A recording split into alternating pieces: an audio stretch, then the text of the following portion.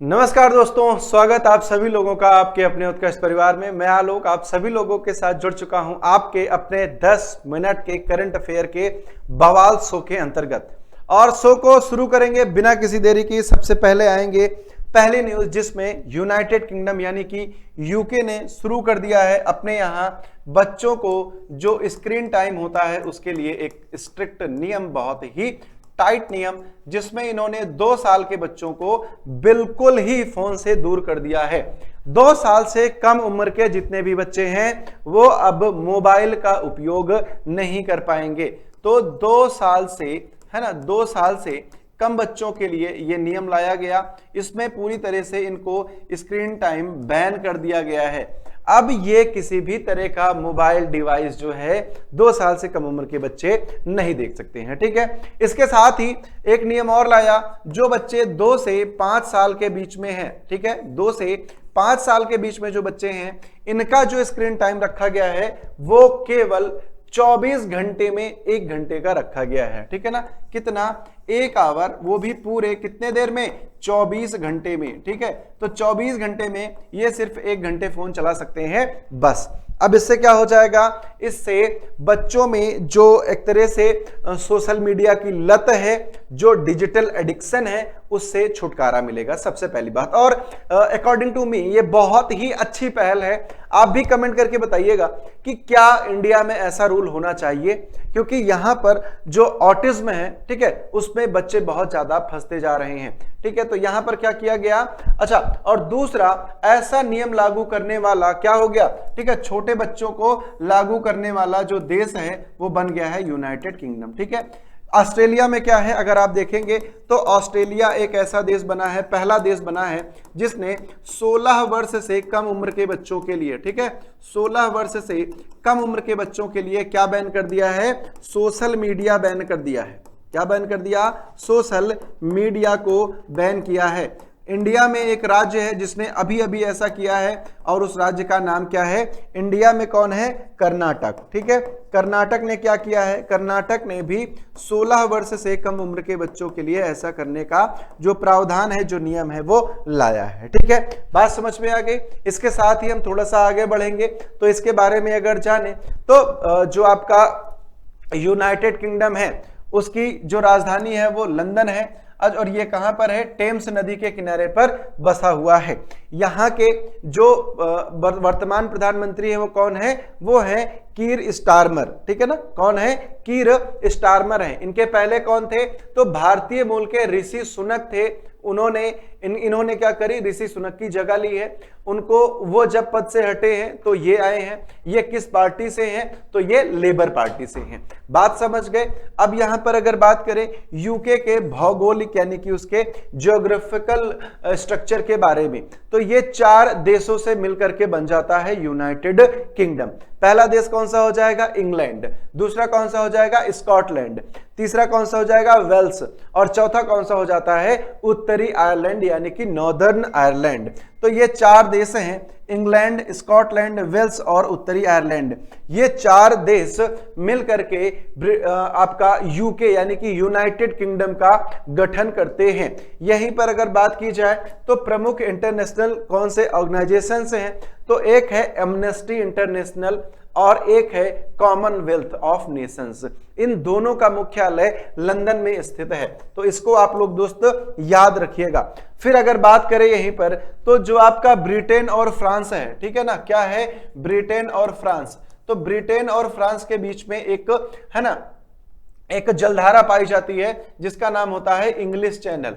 क्या नाम है, इंग्लिश चैनल इसका नाम है। और इंग्लिश चैनल को पार करने वाली आरती साहा थी जो प्रथम भारतीय महिला बनी थी। तो इनका नाम आप लोग जरूर याद रखिएगा। क्लियर है, चलो तो अगले उस पर चलते हैं। उसके पहले आप लोगों के लिए एक सवाल कि बच्चों में, है ना, बच्चों को शारीरिक मानसिक विकास को सुरक्षित रखने के लिए 2 वर्ष से कम आयु के बच्चों के लिए किस देश ने स्क्रीन टाइम यानी कि ना तो मोबाइल ना तो टीवी, कुछ भी नहीं देखना है, पूरी तरह से बैन कर दिया है।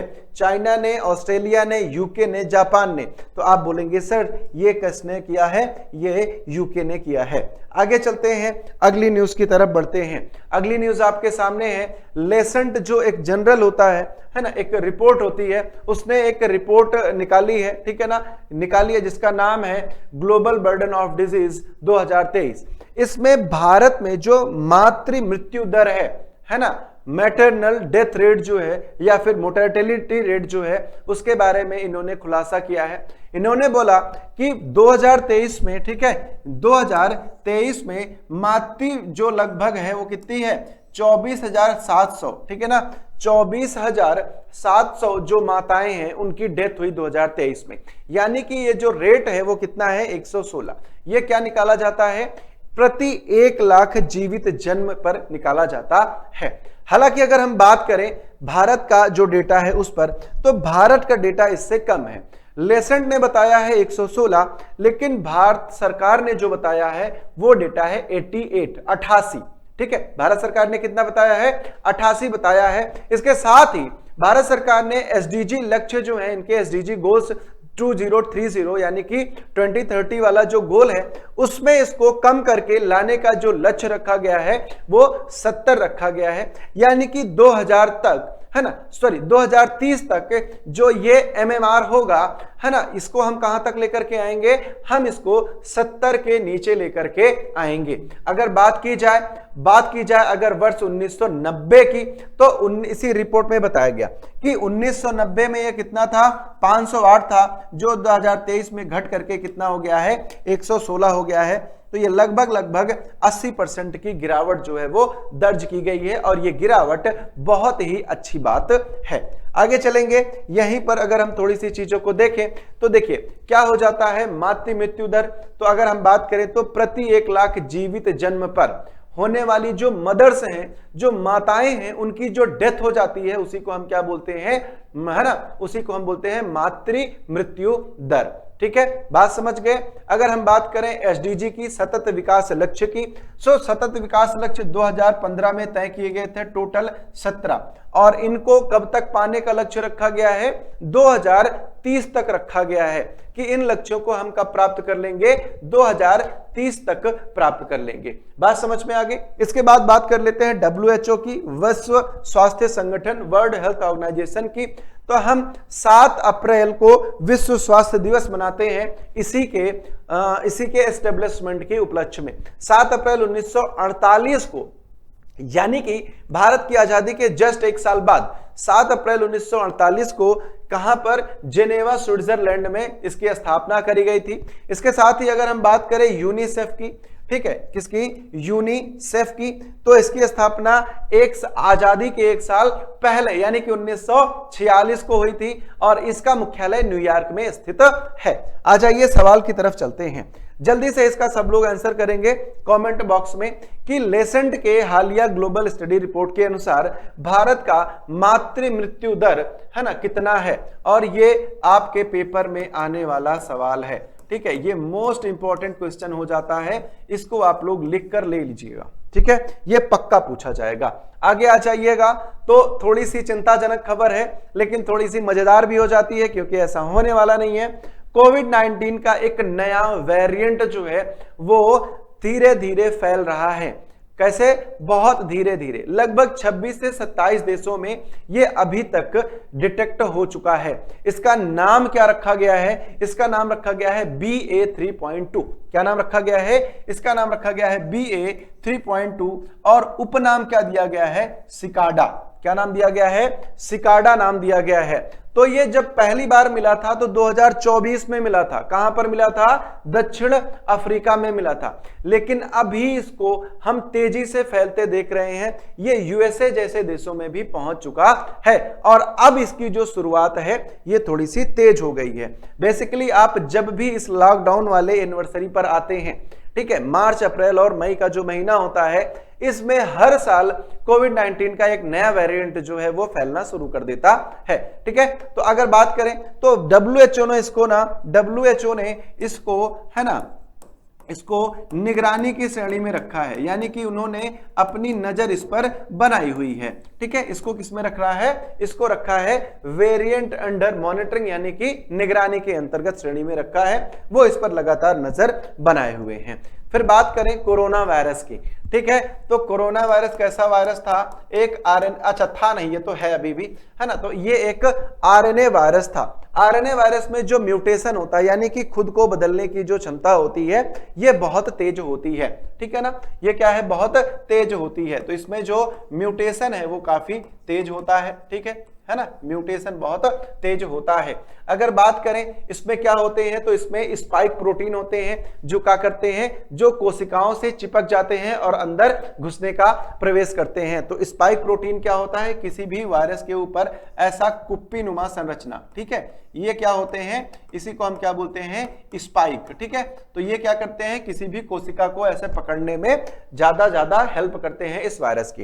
इंडिया की बात करें तो इंडिया में जब कोरोना वायरस आया था वर्ष 2020 में, ठीक है, तो पहला केस मिला था 2020 में। कहां पर मिला था? केरल में मिला था। पहली वैक्सीन किसको लगाई गई थी? कमेंट कीजिएगा आंसर में। ये एक सफाई कर्मचारी थे। ठीक है, इतना मैं आपको हिंट कर दे रहा हूं। क्या थे? सफाई कर्मचारी थे। इनका नाम आपको कमेंट करना है ना। कोरोना की पहली वैक्सीन किसको लगाई गई थी? ठीक है ना, फर्स्ट वैक्सीन आपको कमेंट करके बताना है इस व्यक्ति का नाम। ठीक है, किनको ये लगाई गई थी। आगे आ जाएंगे सवाल पर। तो सवाल पूछा गया कि चर्चा में रहे कोविड-19 के सबसे ज्यादा अत्यधिक म्यूटेटेड नया वेरिएंट BA.3.2, इसका वैज्ञानिक नाम क्या रखा गया है? डेल्टा प्लस, पिरोला, सिकाडा या फिर फलिरट, है ना। तो देखो यहां पर क्या बोला गया है, यहां पर इसका नाम दिया गया है सिकाडा। क्या नाम दिया गया है दोस्तों? सिकाडा नाम इसको रखा गया है। बात समझ में आ गई। आगे आते हैं, अगली न्यूज आपके सामने है जेवर एयरपोर्ट। देखिए, जेवर एयरपोर्ट का उद्घाटन किया गया 28 मार्च को प्रधानमंत्री मोदी के द्वारा। अब इसके बारे में बहुत सारी चीजें आपको जाननी जरूरी है जो आपके पेपर के लिए इंपॉर्टेंट हो जाती हैं। तो ये कहां पर है? ये आपका स्थित है ग्रेटर नोएडा। ठीक है ना, कहां है दोस्त? ग्रेटर नोएडा, जेवर, है ना। कहां पर? जेवर। ये क्या है भैया? ये एशिया का सबसे बड़ा एयरपोर्ट है। कहां का है? एशिया का सबसे बड़ा एयरपोर्ट हो जाता है। दूसरा, है ना, दूसरा, अब पूरे यूपी में कितने एयरपोर्ट हो गए? बात की जाए तो 5 हो गए। ठीक है, पूरे यूपी में कितने हो गए? पूरे यूपी में 5 इंटरनेशनल एयरपोर्ट की बात की जा रही है। कितने? इंटरनेशनल। तो 5 हो गए हैं, और जो भारत में क्या है? सबसे ज्यादा है किसी भी प्रदेश में।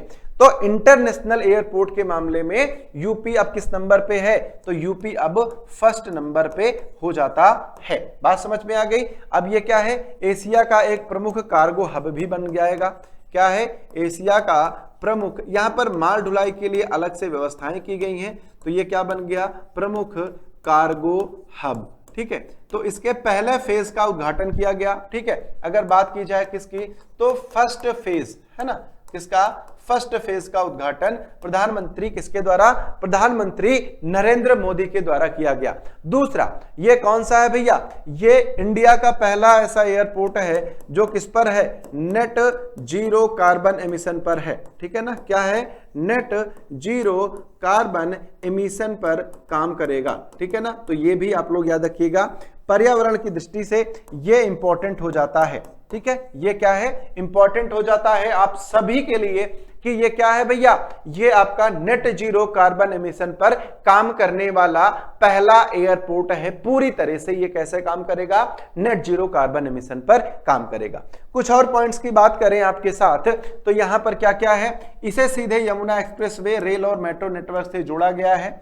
इसमें सबसे कम टर्निंग टाइम है, यानी कि जो रनवे डिजाइन किए गए हैं, तो जैसे विमान आते हैं, फिर ईंधन वगैरह भरते हैं, साफ सफाई जो होती है, इन सब के लिए इसको ऐसा डिजाइन किया गया है कि जो टर्निंग टाइम है वो सबसे कम लगेगा। दूसरा, यात्री अनुभव, यानी कि इनडोर नेविगेशन ऐप, यानी कि अंदर का रास्ता दिखाने के लिए। ठीक है ना, जैसे एयरपोर्ट में घुस गए, अब अंदर का रास्ता दिखाने के लिए वे फाइंडिंग टेक्निक का यूज किया गया है। अगर बात करें इसके निर्माण की और विदेशी भागीदारी की, तो इसमें किसका है भैया? ज्यूरिख एयरपोर्ट इंटरनेशनल के द्वारा इसको विकसित किया गया है, निर्माण किया गया है। और पहले चरण की जो लागत है वो 11,200 करोड़ रुपए है, और अगर यहां पर बात करें हैंडलिंग की तो लगभग 1.2 करोड़ पैसेंजर्स को ये ईयरली हैंडल करेगा। बात समझ में आ गई? चलो अब आगे बढ़ते हैं। आगे आ जाएंगे तो पर्यावरण संरक्षण को ध्यान में रखते हुए निम्नलिखित में से किसे भारत का पहला नेट जीरो कार्बन एमिशन वाले एयरपोर्ट के रूप में डिजाइन किया गया है? आपके पास ऑप्शन है कोचीन, IGI, नोएडा या फिर कैंपेगौड़ा। तो आप यहां पर क्या बताएंगे भैया? जेवर एयरपोर्ट आपका सही हो जाएगा और यह भी आपके पेपर में आने वाला सवाल है, तो इसको भी आप लोग ध्यान में रखिएगा। आगे आ जाएंगे, अब बात करेंगे गुरजंत सिंह की। गुरजंत सिंह भारतीय टीम में एक भारतीय जो हॉकी टीम है उसके एक बहुत ही अच्छे खिलाड़ी थे। इन्होंने संन्यास की घोषणा कर दी है। नाम क्या है इनका? तो नाम याद रखिएगा, नाम है इनका गुरजंत सिंह। ठीक है ना? क्या नाम है? गुरजंत सिंह। इन्होंने क्या किया है? इन्होंने संन्यास लेने की घोषणा कर दी है। ठीक है ना? क्या करी है? संन्यास लेने की घोषणा कर दी है। ये आपके टोक्यो और पेरिस जो दोनों ओलंपिक है ना? क्या है? टोक्यो और पेरिस, ये दोनों में भारतीय टीम का हिस्सा थे। ठीक है, टोक्यो और पेरिस में टीम का ये क्या थे? हिस्सा थे दोस्त, है ना? ये भारतीय टीम का हिस्सा थे। बात समझ में आ गई? क्लियर है? तो टोक्यो और पेरिस में इन्होंने जो पदक टीम जीती थी उसमें ये हिस्सा थे। इनको ये बहुत इंपॉर्टेंट हो जाता है अर्जुन पुरस्कार। इनका 2021 में इनको किससे सम्मानित किया गया था? अर्जुन पुरस्कार से सम्मानित किया गया था। तो इसको आप लोग लिखिएगा, हमेशा से ध्यान में रखिएगा। 2021 में क्या किया गया था? इनको अर्जुन अवार्ड दिया गया था। बात समझ में आ गई? क्या दिया गया था? अर्जुन अवार्ड से सम्मानित करा गया था। क्लियर है भैया? बात समझ में आ गई? अब यहां पर एक रिकॉर्ड है, इसको भी आप लोग ध्यान में रखिएगा। ऐतिहासिक रिकॉर्ड है इनके पास। वो क्या है कि भारत के लिए 2020 में इन्होंने, ठीक है ना, भारत के लिए 2020 में नीदरलैंड के विरुद्ध बहुत तेज गोल किया था, मात्र 13 सेकंड में। ठीक है ना? तो इसको भी याद रखिएगा। रिकॉर्ड क्या है इनका? रिकॉर्ड है सबसे तेज गोल करने का। ठीक है ना? क्या है? सबसे तेज गोल करने का इनका रिकॉर्ड है। कितने में? 13 सेकंड में। ठीक है ना? कितने देर में? 13 सेकंड में इन्होंने गोल करा था। ठीक है ना? कितने देर में? 13 सेकंड में इन्होंने गोल कर दिया था। अब बात कर लेते हैं पंजाब की। पंजाब की राजधानी क्या है? चंडीगढ़ है। मुख्यमंत्री भगवत मान है, आप लोग जानते हैं। पंजाब का नाम कैसे पड़ा? तो पंच का मतलब होता है पांच और आब का मतलब होता है पानी, यानी कि 5 नदियों का भूमि, यानी कि 5 नदियों वाली भूमि। इसी को हम क्या बोलते हैं? पंजाब बोलते हैं। अब ये अक्सर पेपर में पूछा जाता है कि ये 5 नदियां कौन कौन सी हैं? तो आप बताएंगे सतलुज, व्यास, रावी, चिनाब, झेलम। ठीक है ना? सतलुज, व्यास, रावी, चिनाब, झेलम, ये 5 नदियां हैं जो पंजाब का निर्माण करती हैं। अब बात करें तो यहां पर 2 लोक नृत्य होता है, एक होता है भांगड़ा और एक होता है गिद्दा। भांगड़ा लड़के करते हैं, गिद्दा लड़कियां करती हैं। ठीक है ना? भांगड़ा, गिद्दा, ये दोनों लोग आप लोग याद रखिएगा।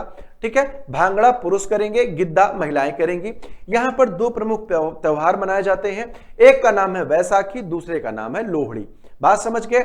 अब आ जाते हैं एक इंपॉर्टेंट चीज पर। इंपॉर्टेंट क्या है? हरिके बैराज। ठीक है? क्या है? हरिके बैराज। ये कहां पर है? तो सतलुज और व्यास नदी पर है। कहां पर है? सतलुज और व्यास नदी पर है। इंदिरा गांधी नहर जो है वो यहीं से निकलती है। ये आप लोग याद रखिएगा, ये पेपर में बहुत बार पूछा गया है कि इंदिरा गांधी नहर कहां से निकलती है? तो हरिके बैराज से निकलती है। अगली न्यूज की तरफ आते हैं। भारत की पहली हाइड्रोजन ट्रेन, ठीक है, भारत की पहली हाइड्रोजन ट्रेन, इसका ट्रायल जो है वो पूरा हो गया है। ठीक है? क्या हुआ है? ट्रायल पूरा हो गया है। कौन सा भैया ट्रायल था? तो हाइड्रोजन पर चलने वाला ट्रायल था। ये कैसी है? 100% ग्रीन ईंधन, यानी कि 100% ये है ना, इसके जलने पर क्या होगा? हाइड्रोजन जो यूज किया जा रहा है, इसके जलने पर इसमें से सिर्फ और सिर्फ उत्सर्जी पदार्थ में क्या निकलेगा? पानी निकलेगा और भाप निकलेगी। तो ये कैसा है? एक प्रदूषण मुक्त ईंधन है। बात की जाए इसका रूट क्या रहेगा, तो इसका रूट जहां पर ये ट्रायल हुआ और जहां पर ये चलाई जाएगी वो रूट है जींद सोनीपत रूट। ठीक है ना? ये याद रखना, ये पेपर के लिए बहुत इंपॉर्टेंट हो जाता है। ये भारत की पहली हाइड्रोजन ट्रेन है।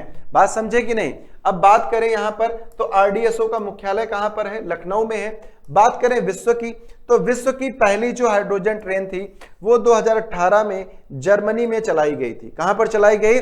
जर्मनी में चलाई गई थी। अगर बात करें इंडिया की तो भारत में रेलवे जो है वो कौन लाया था? तो इसका जनक बोला जाता है लॉर्ड डलहौजी को। मुंबई से ठाणे के बीच में 16 अप्रैल 1853 को पहली ट्रेन चलाई गई थी। इसके अगर हम डिस्टेंस की बात करें तो ये मात्र 34 किलोमीटर की डिस्टेंस थी। ठीक है, बात समझ में आ गई बच्चे? आगे आ जाते हैं। ठीक है, अब जर्मनी ने एक पहली है ना विश्व की पहली मालवाहक यानी कि मालगाड़ी, वो भी कैसी? Bullet train. ठीक है, तो मालवाहक बुलेट ट्रेन किसने लाया है? जापान ने। तो ऐसा काम जापान करने में बहुत तेज है, या तो ये जापान करेगा या तो ये चाइना करेगा। तो जापान ने अपनी पहली है ना पहली मालवाहक बुलेट ट्रेन जो है वो लाई है। ठीक है, इसका संचालन कहां पर होगा? ईस्ट जापान में होगा। क्षमता क्या होगी भैया? एक बार में लगभग 17.4 टन जो है ये माल ढुलाई करेगा। बात सबसे ज्यादा हो जाती है स्पीड की। ठीक है, क्या होती है? बात स्पीड की हो जाती है। तो बात जब स्पीड की करेंगे तो ये कितनी है? लगभग 275 किलोमीटर पर आवर। ठीक है, 275 किलोमीटर प्रति घंटे की रफ्तार से ये क्या करेगा? ये भैया आपका माल का ढुलाई करेगा। सोचिए, ये जापान की मालगाड़ी है। ठीक है, ये मालगाड़ी है, ये सामान इतना तेज पहुंचा रहे हैं। बात को समझने की कोशिश करना। अगर इसके मॉडल की बात करें, ये कौन सा मॉडल है? तो अगर आप इसके मॉडल की बात करेंगे तो ये E3 सीरीज का है। उसका E3 सीरीज का है। पहले ये क्या थी? सवारी थी यानी कि पैसेंजर ट्रेन थी। अब इसको हटा करके क्या बोला गया? इसको मालवाहक बना दिया गया। मालवाहक में इसको कन्वर्ट किया गया है, अलग से नहीं बनाया। पैसेंजर ट्रेन थी, इसको कन्वर्ट करके क्या बना दिया? मालवाहक ट्रेन बना दिया है। अगर इसके हम नाम की बात करें तो इसका नाम है क्या है नाम है? शिंकानसेन। ठीक है ना, क्या नाम है? शिंकानसेन इसका नाम है। ठीक है ना, तो ये सारी चीजें आप लोग याद रखिएगा। अब आ जाते हैं जापान के बारे में। तो जापान जो है इसकी राजधानी क्या है? टोक्यो है ना, और ये बहुत सारे द्वीपों से मिलकर के बना हुआ एक समुद्री देश है। ठीक है, बहुत सारे द्वीपों से मिलकर के बना है। ठीक है, तो इसकी संसद को हम क्या बोलते हैं? डाइट बोलते हैं। और ये मोस्ट इंपॉर्टेंट हो जाता है। ये एसएससी में भी और रेलवे में भी कई बार पूछा गया, इसलिए मैंने यहां पर प्रॉपर लिखा हुआ है कि इसको याद रखना आप लोग। इसके संसद का नाम क्या बोलते हैं? डाइट बोलते हैं। अच्छा, अब बात करें टोक्यो की, तो टोक्यो किस पर स्थित है? जो जापान का सबसे बड़ा द्वीप है होन्शु द्वीप, वहां पर स्थित है। यहाँ की मुद्रा है येन। ठीक है, यहाँ की मुद्रा क्या है? येन है। इसको उगते सूरज का देश भी बोला जाता है। ये सब चीजें आपको पता है। इसमें 4 प्रमुख द्वीप हैं जिनमें नाम है होक्काइडो, होन्शु, शिकोकू और क्यूशु। ठीक है, नाम अलग अलग बहुत अजीब अजीब है, लेकिन आप लोग याद रखिएगा इन चारों द्वीपों का नाम। सबसे ऊंची चोटी की बात करें तो यहां पर है माउंट फ्यूजी, और ये एक ज्वालामुखी पर्वत भी है। माउंट फ्यूजियामा भी बोलते हैं, फ्यूजी भी बोलते हैं। बात समझ में आ गई? इसके बाद अगर आप आएंगे तो यहां पर एक अंतरिक्ष एजेंसी जिसका नाम क्या हो जाता है? जाक्सा। क्या नाम होता है? जाक्सा हो जाता है। बात समझ में आ गई? क्लियर है? तो जाक्सा का पूरा नाम क्या है? Japan aerospace exploration agency. ठीक है ना, बात समझ में आ गई? क्लियर है दोस्त? अब इसके साथ ही अगर आप एसएससी और रेलवे की प्रिपरेशन कर रहे हैं तो आपके साथ है कौन? उत्कर्ष का मास्टर पास। इसके जरिए आप एसएससी की भी और रेलवे के भी किसी भी एग्जाम की तैयारी पूरी आसानी से और पूरा एक जगह पर कर सकते हैं। अब यहां पर हम वीडियो को एंड करते हैं। मिलेंगे आपसे हम अगले शानदार से सेशन में। तब तक के लिए आप सभी लोगों को प्यार भरा नमस्कार। जय हिंद, जय भारत।